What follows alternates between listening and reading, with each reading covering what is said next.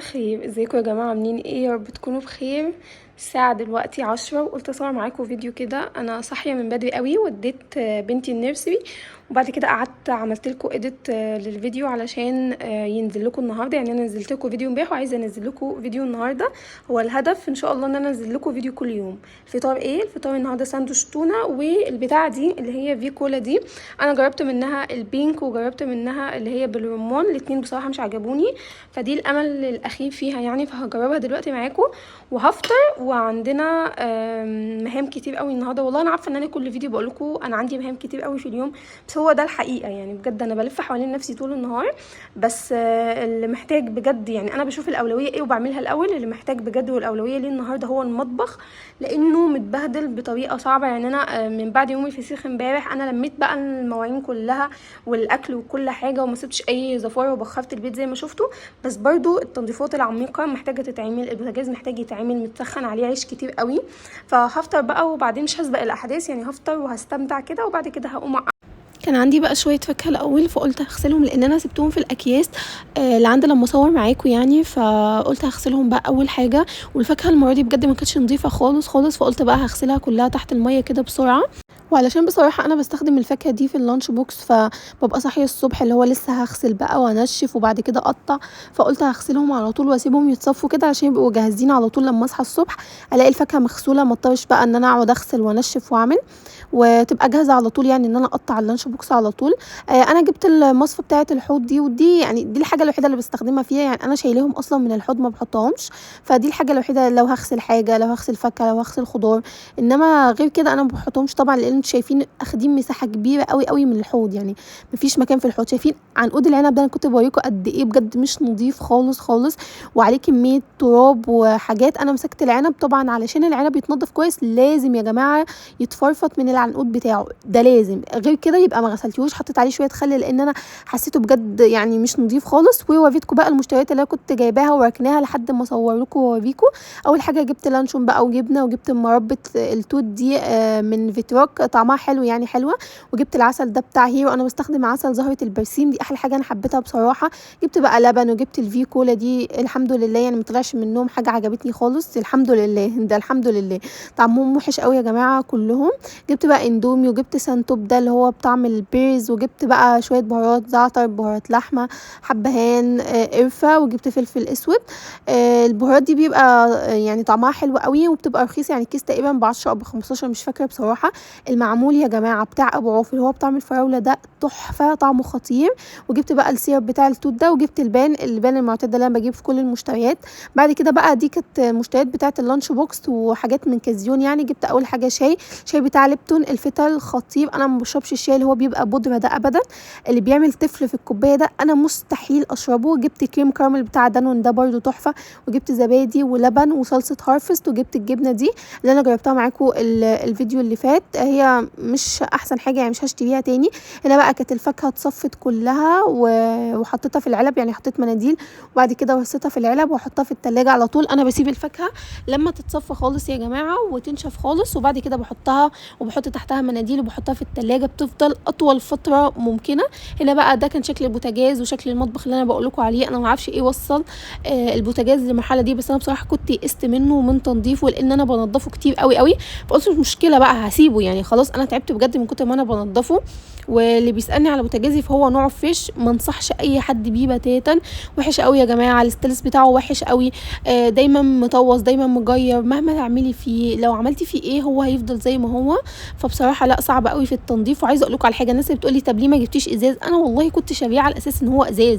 اتفاجئت بقى واحنا بنركب خلاص وبنفنش وهنسكن خلاص، لقيت البوتاجاز بطلعه من الكرتون لقيته ستانلس، فلا اتصدمت. بس يعني خلاص انا في امر واقع ولازم يعني خلاص مفيش مفر بقى ان انا اغيره او كده. هنا بقى انا حطيت ايه، كنت جايبه المنظف ده من بريكس. طبعا الاستانلس ما ينفعش تحط عليه ستريس ولا الحاجات دي، فاستخدمت له طبعا المنظف بتاع بريكس ده. هو اخف شويه من الستريس يعني ابعد ما يكون عن الستريس، فاسيتس بس برده حلو، بيشيل الدهون بيشيل كل حاجه. وبعد كده كمان حطيت كلوركس جل، قلت على امل ان انا ما انضفوش مثلا بزيت جونسون، يمكن كلوركس جل ده بيلمع كل حاجه يا جماعه الا بوتاجاز. اللي استخدم الكلوركس جل اصلا عارف هو بيعمل ايه في الستانلس، بيخليه تحفه. فطبعا هنا مش باين لكم في الكاميرا، هوريكم دلوقتي يعني. بصوا عملت لكم زوم برده، ده مش بيطلع مهما تعملوا فيه الا بزيت جونسون. فبصراحه لا يعني صعب قوي قوي. حطيت بقى الزيت بتاع بلانكي ده، يعني انا كنت جايباه لبنتي فما بقتش بتستخدمه، فخلاص يعني هنستخدمه للبوتاجاز. وبعد كده جبت مناديل وبدات امسح بقى. والمشكله كمان في كميه المناديل او اهدار المناديل اللي بعملها، لانه طبعا ما بينفعش يتلمع باي فوطه. شايفين انا عماله بجد ادوس على الاستانلس وامسح بالزيت برده مفيش اي فايده بجد. فين وفين بقى لما لمع جبت برده مناديل تانية ناشفه علشان المعه تاني، برده مفيش اي فايده. فبجد لا مجهود وصعب قوي قوي. يا تجيبوا بوتاجاز الاستانلس بتاعه كويس، يا تجيبوا ازاز. يا جماعه الازاز تحفه وخطير وشكله شيك، خصوصا لو مركبه رخامه سودا زيي. انا كنت بحاول احط العين الكبيره على الصغيره، ما كانتش راكبه، ما كنتش مركزه ابدا، وبنتي كانت تحت رجلي. صعب والله العظيم، الكواليس بجد صعبه قوي. شايفين كميه المناديل اللي انا استخدمتها عشان بس المع سطح البوتاجاز؟ صعب قوي. لا اهدار في الموارد واهدار في كل حاجه. هنا بقى شلت علبه المناديل وشلت كل حاجه جنب البوتاجاز، لان دايما دي اكتر حته من الرخامه بتبقى مدهننه كده او يعني متوسخه. فبغسلها بقى بميه وصابون ونضفت الاستند بتاع المناديل برده، مسحته كده مسحه سريعه وبس. الحوامل طبعا انا حطيتها في غساله الاطباق، يعني ما بغسلهاش، بحطها في غساله الاطباق وبتطلع فله شمعه منوره، ما بحتاجش ان انا اعمل فيها مجهود لان انا اصلا بكره غسيل الحوامل. انما الحاجات السوداء اللي على العيون دي فانا غسلتها على ايدي سريعا كده ونشفتها وركبتها يعني. بعد كده بقى جيت على الناحيه الثانيه من البوتاجاز، وزي ما قلت لكم دول اكتر ناحيتين بيتبهدلوا في الرخامه في المطبخ، يعني لانه طبعا لو بطبخ بحط عليهم حاجه، واحنا عارفين طبعا ان اي حاجه جنب البوتاجاز بتدهن بسرعه. انا عندي يا جماعه الشفاط اللي هو الفحم ده، انا حاسه ان هو ملوش اي 30 لازمه بجد. حاجه صوته عالي قوي قوي بجد، صوته بشع. انا ما اعرفش هل فعلا الشفاطات البلت ان بيبقى صوتها عالي كده، ولا انا الشفاط بتاعي بس، ولا ايه؟ تاني حاجه انا ما بحسوش بيعمل اي حاجه خالص. تالت حاجه انا مش عارفه انضفه ازاي، يعني بجد اللي انا عندي الشفاط اللي هو بفلاتر الفحم ده، والله ما عارفه انضفه ازاي بجد. يعني انا خايفه اقرب منه ابوظه، خايفه افك الفلاتر، وانا ما بشغلهوش اصلا. يعني عندي الشفاط الصغنن قوي التقليدي ده، حاطاه في ناحيه كده من المطبخ فوق الشباك بس يعني. وانا عندي شبابيك كتير قوي في المطبخ، يعني عندي حوالي 3 شبابيك في المطبخ، فما بحتاجش ان انا افتح الشفاط كتير، غير انه صوته عالي قوي قوي. مساء الخير. اخر حاجه صورتها معاكم وانا بعمل البوتاجاز ونضفت المطبخ تنظيفه كويسه قوي، بس المعده الارضيه لسه هعملها يعني. ولبست وقلنا هننزل نغير جو، لان انا بقالي كتير ما خرجتش وكنت اخدكم معايا نغير جو. فجاه واحنا خلاص طلعنا من البيت بنتي نامت، فكده الخروجه باظت، فرجعنا تاني بصراحه. فانا حاليا مكتئبه، فبعت لجوزي يشتري لنا شويه سناكات كده، وهعمل سلطه فاكهه علشان اللانش بوكس بكره. صراحه ما اكدبش عليكم انا متضايقه قوي، لانه بجد كنت محتاجه الخروجه دي، وكنا هنخرج نتعشى بره بقى ونعمل اي حاجه في اي حاجه، المهم ان انا اطلع من البيت، بس ماليش نصيب. فهعمل سلطه الفاكهه معاكم دلوقتي. انا ما بعملش فيها اي حاجه، اي فاكهه عندكم حطوها على بعضها وخلاص، يعني مش مستنيه، فقدت الشغف. وبعد كده بقى هنقعد قاعده رايقه كده في البلكونه، يعني هناخد شويه السناكات دي ونقعد بره في البلكونه وخلاص. سلطه الفاكهه بمانجا وكمثرى وجوافه وعنب. هجيب بس الكاتنج بورد عشان اقطع عليها.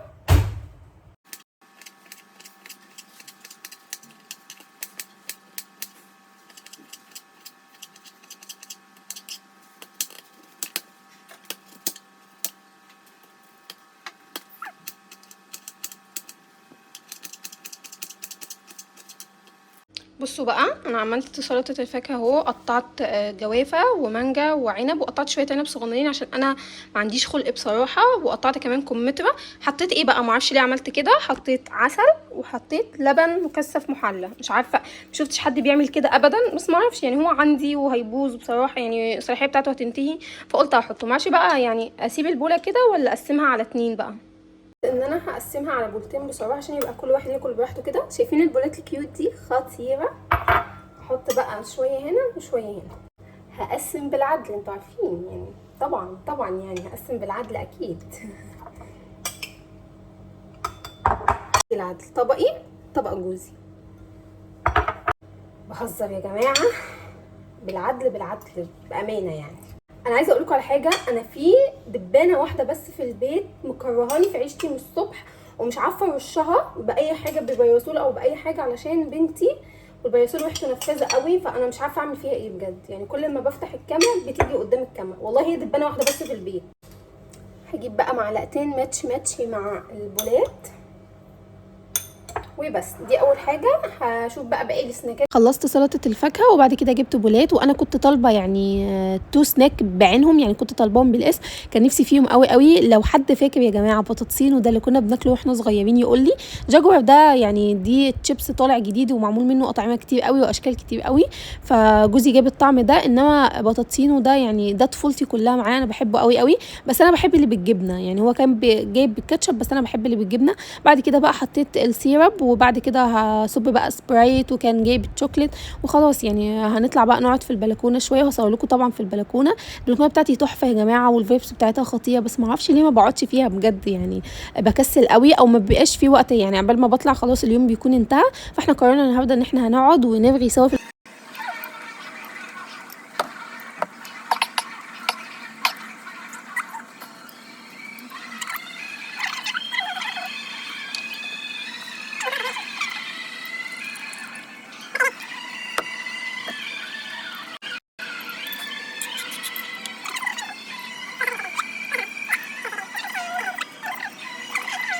طبعا. وصلت كلام كبير قوي، وبعد كده بقى دخلنا خلاص، دخلت كل الاطباق المطبخ. وبعد كده قلت هجرب اعمل اللانش بوكس بتاع بنتي اللي هو بتاع الحضانه من بالليل، لانه بصراحه انا بتقدر قوي قوي في الصحيان، لان احنا بننام متاخر قوي، وحتى لو هي نامت بدري فانا ليا ميعاد محدد بنام فيه. يعني بنام الساعه 2، بنام 3، ما بقدرش بصراحه انام قبل كده. فعلشان كده قلت هجرب اعمل اللانش بوكس من بالليل. اول حاجه انا جبت توست ودهنته زبده فول سوداني، ودهنته المربى اللي انا وريتها لكم. وبعد كده جبت توست تاني، ده سبريد كده بسكوت بالقرفه من هيرو، برده طعمه حلو قوي وبنتي بتحبه، فدهنتهم الاثنين. عملت ساندوتشين. وبعد كده كنت عامله بيض بالفلفل الالوان، لازم طبعا نحط بروتينات، فعملت بيضه كده. وبعد كده قطعت كمثرى وحطيت عنب، وطبعا ما حطيت لهاش من سلطه الفاكهه لان انا حطيت عليها حليب مكثف محلى فمش هينفع خالص. وبعد كده حطيت زي ما قلت لكم عنب، وهقطع خيار، وببعت معاها بقى لبن زي ما قلت لكم. وخلاص يعني ما بحطش اي حاجه في اللانش بوكس غير كده. فانا جربت المره دي تجربه كده، فهشوف الدنيا هتمشي ازاي انه اللانش بوكس يتعمل من قبلها بيوم.